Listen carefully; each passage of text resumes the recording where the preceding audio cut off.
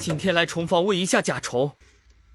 这彩虹锹甲一动不动，怎么就嗝屁了？还好能做标本。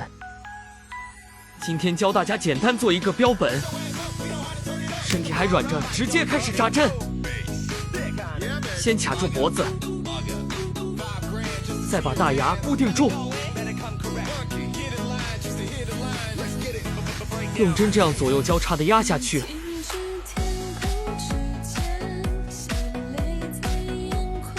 这样看着扎得像刺猬。新鲜的要烘的有6、7小时。烘干好了，颜色是会有点变化的，